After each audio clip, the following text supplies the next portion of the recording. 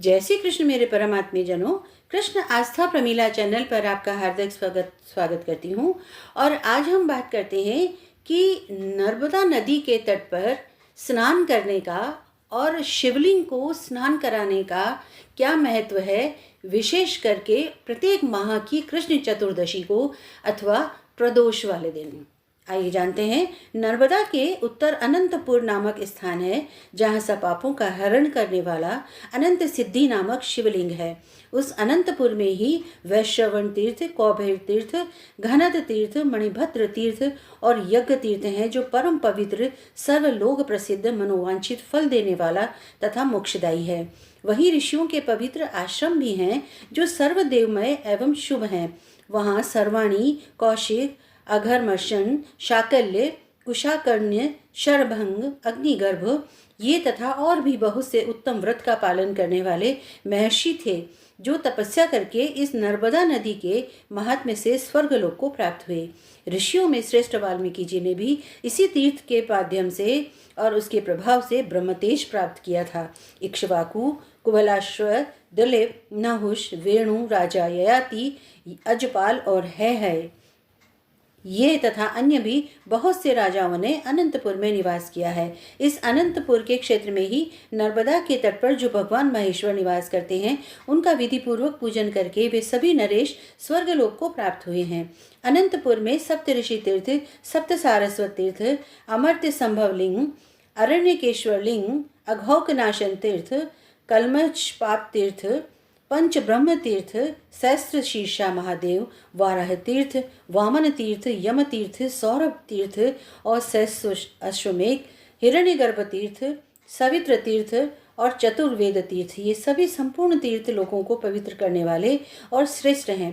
पर्यंक पर्वत से पश्चिम जहाँ पर अनंतपुर का क्षेत्र होता है, वहाँ परम शुभ स्थान माना जाता है।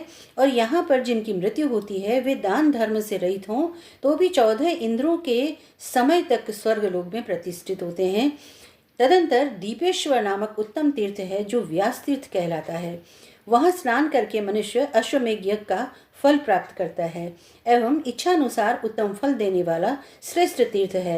दीपेश्वर में स्नान करके जो वृषभ दान करता है, वह सुवर्णमय विमान से स्वर्गलोक को जाता है। जो मनुष्य कार्तिक कृष्ण पक्ष की चतुर्दशी को अथवा वर्ष भर की समस्त कृष्ण चतुर्दशी को और प्रदोष वाले दिन उपवास करके इंद्रियों को संयम रखते हुए भगवान शिव को स्नान कराता है, वह सब पापों से मुक्त होकर के रुद्रलोक में सम्मानित होता है।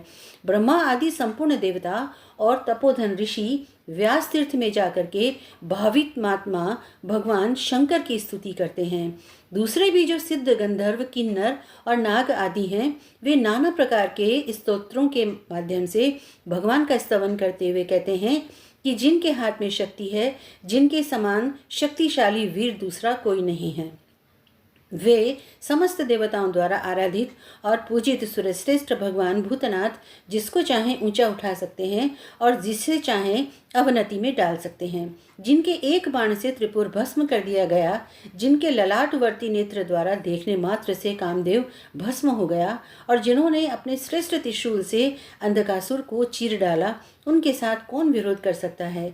जिन्होंने अपनी जटा के अग्रभाग में जलराशि की उत्ताल तरंगों से संयुक्त गंगा जी को धारण कर रखा है, जिनके चरणारविंद के अंगुष्ठ का तनिक सा दबाव पाकर के लंकापति रावण मूर्छित होकर के गिर पड़ा था, जिन्होंने समस्त देवताओं और असुरों के समक्ष दक्ष के यज्ञ का क्षण भर में विध्वंस कर डाला था, जिनके लिंगमय विग्रह के पूजन से मनुष्य मनोवांछित फल प्राप्त करता है, उन भगवान शंकर के समान या उनसे बढ़कर के दूसरा कौन है। जो विधि पूर्वक महादेव जी की आराधना करके यस्यास्ति शक्ति इत्यादि स्तोत्र का प्रातःकाल यत्न पूर्वक स्मरण करता है, पाठ करता है, वह भगवान शंकर का पार्षद होता है। जो इस स्तोत्र को महादेव जी के समीप पढ़ता है, उसके ऊपर व्यासेश्वर शिव तथा नर्मदा नदी दोनों ही प्रसन्न रहते हैं। तदंतर उत्तम व्रत का पालन करने वाले मुनियों तथा व्यास जी ने नर्मदा के तट पर पितरों का श्राद्ध किया। वहाँ श्राद्ध करने से पितृगण 12 वर्षों तक तृप्त रहते हैं। शेष अगले अंक में अनेक मंगल कामनाओं सहित। जय श्री कृष्ण।